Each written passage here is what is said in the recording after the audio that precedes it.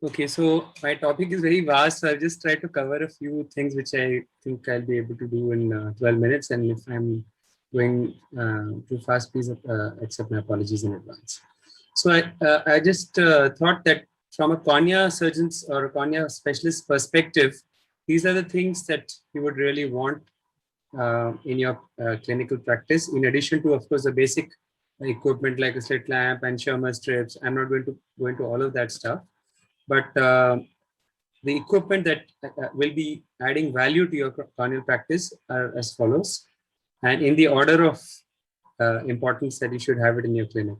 So slit lamp photography, I think, is something which is quite inexpensive. You can even do it with a mobile phone adapter, and I think all corneal practitioners should have this for reasons I'll come to later. An optical biometer, I think, is also very invaluable because most of us are also doing cataract surgeries, corneal topographies or tomographers, pachymetry or a specular microscope, anterior segment OCT, dry eye diagnostics, tonopen and B-scan, of course, is useful in when we are planning to do any intervention. We should know what is the posterior segment pathology or if there's any raised intraocular pressure. So in the co-management of other comorbidities along with cornea problems, confocal microscopy, aberrometry, corneal biomechanics, I think all of these are very expensive and the return on your investment is low. So they are probably best for institutes, or if you can have some place you can refer these tests for like a common diagnostic center, that is useful. And finally, I'll come to some integrated imaging equipment in which we are combining many technologies into one. Slit lamp photographers range from 1 to 15 lakhs depending on what you're taking. So the good ones are from Hugstride, CSO, and Topcon. But you have a lot of cheaper options available from Indian as well Chinese and Taiwanese manufacturers. And the cheapest options, of course, are to use adapters to your slit lamp, which may integrate either a smartphone or a DSLR. The main advantages, they are useful in documentation, counseling, and follow-up of the corneal disease. So, you can show your patient what is the problem. Sometimes, just telling them doesn't convince them. As it is, patients have a lot of mistrust nowadays. So if you can show them on a screen, maybe even inside your OPD, you can keep a screen and connect your photo slit lamp to that screen. You can show them this is your fellow eye, which is normal, and this is what's going on. And that is why we need to do this. It's very, very impactful. Now, one could take a smartphone and take pretty decent pictures, but what is the main advantage that you get when you take a commercial unit, a photography unit? Main advantage, I feel, is the archiving software, because we can take a lot of images, but we are all busy practitioners. So if you cannot archive your images in such a way that's easy to retrieve by diagnosis, by the medical record number, etc., then these images will just be lying somewhere and you will not be able to retrieve them when you need them, unless you spend a lot of extra effort in archiving them separately. So that, I think, is one reason to spend that little extra and take a commercial photography system. And also these also come with other additional features like use of flash. They have diffusers so that your slit images will also have some background picture of the eye. They have special filters, etc., which add a lot of value. Of course, if you want to make the most of your equipment, you should know the right illumination technique for different pathologies, and that is beyond the scope of this talk. Optical biometers, I think, are also very useful, and I'm specifically referring to swept source OCTVs biometers, which are now available, because they help you take good, reliable readings even in opaque corneas, which is the problem that we will face. We'll have a lot of patients with corneal comorbidities, and now we have cheaper options available from Tomy, which is the OA 2000, which is about 23 lakhs. So otherwise you had more expensive ones like the Owl Master. And these have a very good return on investment, especially if you have a busy cataract practice, you'll recover your money in no time. Given slit lamp photography, you should charge for it, obviously. And every pathology you can document, you can serially follow up, and initially the cost may look high, but you'll recover it in no time. Dry eye diagnostics, I won't go into because somebody else will be covering these, but I think these are one more new segment which is very, very useful, not just clinically, also very useful in explaining to the patient what's going on. Corneal topography, I think, is another invaluable tool as we all know, topography is basically a detailed description or representation of any surface. This is the topography of the moon. You can have topography of anything. So as we all know, it has gone through evolution from this. I took this picture this morning. You can see I'm wearing the same shirt. Placido, Scheimflug, and now you have OCT-based topographers. And as they have been evolving, the course has also been evolving. If you have an in-house refractive practice, it makes sense to go in for the more expensive options. But if you're going to take your patients to another center where you're going to do your LASIX, then a simple Placido-based topographer will be a very good investment to keep in your clinic, because it's fairly cheap and you can really recover your investment in no time. Because as a corneal practitioner, you will be seeing a lot of pathology in which you will need to do these tests, and you can recover that cost. And of course, whenever you need to do refractive surgery, you can take the patient there and do your Scheimflug or OCT-based imaging. And if you find some pathology, then you can change your plan of action or cancel the procedure, worst case scenario. So I'll just quickly touch upon the interpretation also, because that's something we should all know. So when we're looking at a modern topography map, this is of course an OpScan, which is a slit scanning technology. We have better machines now, but principles remain the same. So you'll typically see this kind of a map in which you have the anterior and posterior elevation maps, a corneal power map, and you'll have a pachymetry map, and you'll have a board of indices in between. And on the sides, you can see the scales. So how do you interpret a map? Basically, you have to look at three things. You have to look at the scale of the map, whether it's an absolute versus normalized versus customized scale.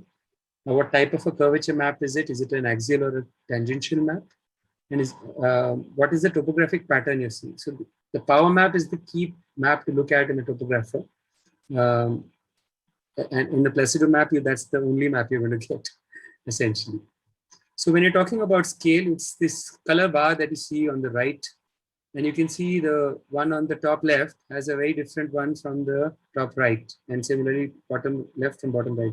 These are same patients' maps, top right and left, but the scale changes the color. Basically, in an absolute scale, there's a fixed upper and lower limit to your corneal dioptric powers, whereas in a normalized scale, it takes the highest and the lowest value for that particular cornea, and then it creates a color scale. So basically, if you want to enhance any small features, a normalized scale comes in useful. So if you're looking for an early ectasia or something, it may be good to look at the map in normalized. But as a routine, one must always look at the standard scale so that you have like the color codes are fixed in your mind, and you won't get confused, and you can compare one image to the other of the same patient or even different patients.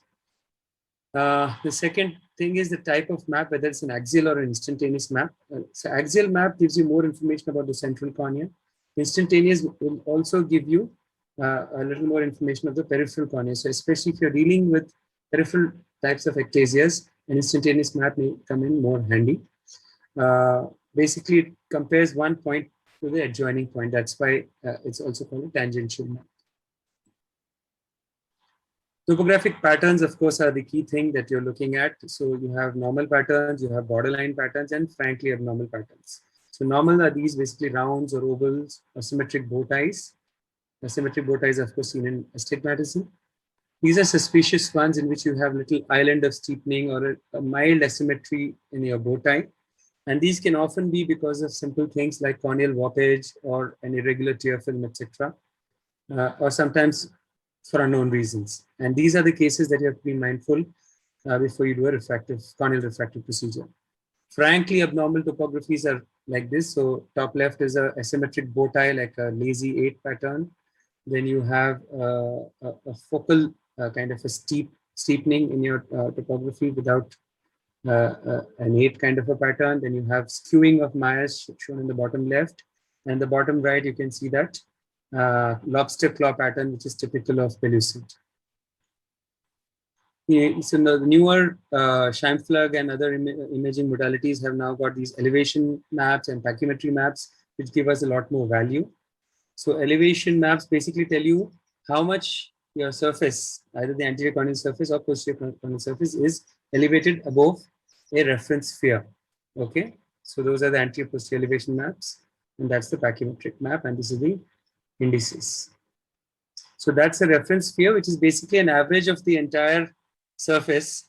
It creates one reference kind of a sphere, and with respect to that sphere, how much each point is above or below. So this is a case of a keratoconus. You can see the anterior elevation map shows a mild hotspot, whereas the posterior elevation shows a significant hotspot, even though the power map is normal. And this is corroborated by what you're seeing in the pachymetry map. There's a central thinning. Frank keratoconus, of course, everything is abnormal. This is a pellucid. You can see the inferior steepening in the power map, and correspondingly, you're seeing an inferior elevation in the elevation maps, as well as the pachymetry map shows an inferior thinning. So you have different indices that are available for different topographers. I won't go into these. They are specific to each, but I think the map itself is more important than the indices itself. The newer equipment like Pentacam have got something called a Bellin-Ambrosio display, which is like an integrated report, and it uses an enhanced best fit sphere, which is basically they subtract a small zone, the central, the thinnest 4 mm. So if you exclude that, then it increases the sensitivity of your map. I think I'm running a little late. Kavita, can I have a couple minutes more? Yes, Rishi, you can take a couple of minutes more. No problem. Yeah. You can turn the timer off, please. Yeah. So, so this is compared to a normal best fit sphere that you would see in other imaging modalities. The enhanced best fit sphere helps you to, it basically lowers the curvature of your best fit sphere, thereby it enhances the pathology more, as you can see in the bottom two images. They're all the same cornea. It also has this kind of a map which gives you the, this is called the BAD display or Bellin-Ambrosio display. And this helps you to pick up abnormalities on the elevation map, as well as the corneal thickness profile in an early way. I think one more invaluable tool in a cornea practice is an OCT, because it's like doing a optical biopsy of the cornea, and it gives you so much information. And nowadays, newer OCTs also gives you epithelial thickness map, which is invaluable, especially if you are going to be doing the refractive practice. So basically, what we have in a OCT is you have a light source, and then the light passes through an interferometer to the optics of the eye, and it's reflected back. And this reflected light is basically one comes back from a reference mirror and one comes back from the eye. And this difference between these two is then analyzed through a series of filters, etc., and then analyzed via computer.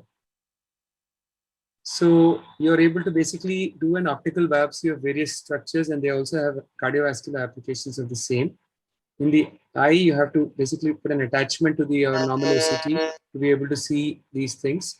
It has uses in diagnosis, planning of therapeutic intervention, follow-up, as well as utility in counseling. I find it very useful in OCT, in keratoconus, particularly because of the epithelial thickness mapping, which is available in some of the newer OCTs like the Optoviews. So here you can see a case of keratoconus, and typically along matching the point of ectasia, you will have a thinning in the epithelial thickness map, which is seen as dark blue, which is surrounded by a donut of epithelial thickening. So this is a patient of borderline kind of a topography, and you can see the epithelial thickness map shows a very clear-cut focal thinning. And if you look at the fellow eye, you have a clear-cut keratoconus, again showing a focal epithelial thinning. Another case showing a focal thinning surrounded by a donut of a ring of thickening. It is useful in other corneal diseases like hydrops to see what exactly is going on to the descemet membrane. Sometimes on slit lamp, you won't be able to make out how big your tear is, whether it's going to be amenable to do a descemetopexy or you'll have to do some other intervention. In planning of therapeutic interventions, like if you're going to be planning a deep lamellar keratoplasty, you can look at how thick your cornea is, which is the thinnest point, what is the status of your descemet membrane and deep stroma, whether you can do a descemetic DALC or not. Follow-up of interventions like cross-linking, where is your demarcation line, how deep has been the effect of your cross-linking. So all these things, it's very, very useful. Now you can see after 2 months, the cross-linking demarcation line is gone. So winding up, Rishi? Yes, I'll just wind up. So various such diseases, posterior polymorphous dystrophy, etc., it has very good utility. Ocular surface squamous neoplasia is another very good place where you can help to differentiate it from other non-malignant pathologies, planning of PTK, especially in conditions like recurrent corneal erosion, basically to see how much you need to ablate. And of course, in LASIK, if you're going to do an enhancement to assess the depth of your bed, etc., it is useful. So I think these are the key diagnostic equipment that you must have. And of course, other than that, specular microscopy, pachymetry, these have a lot of value. Specular microscopy, I feel, is more of a documentation and a follow-up tool. I don't think it gives you so much in terms of value in terms of diagnosis. But of course, if you have a busy cornea practice, it's a mandatory tool to have.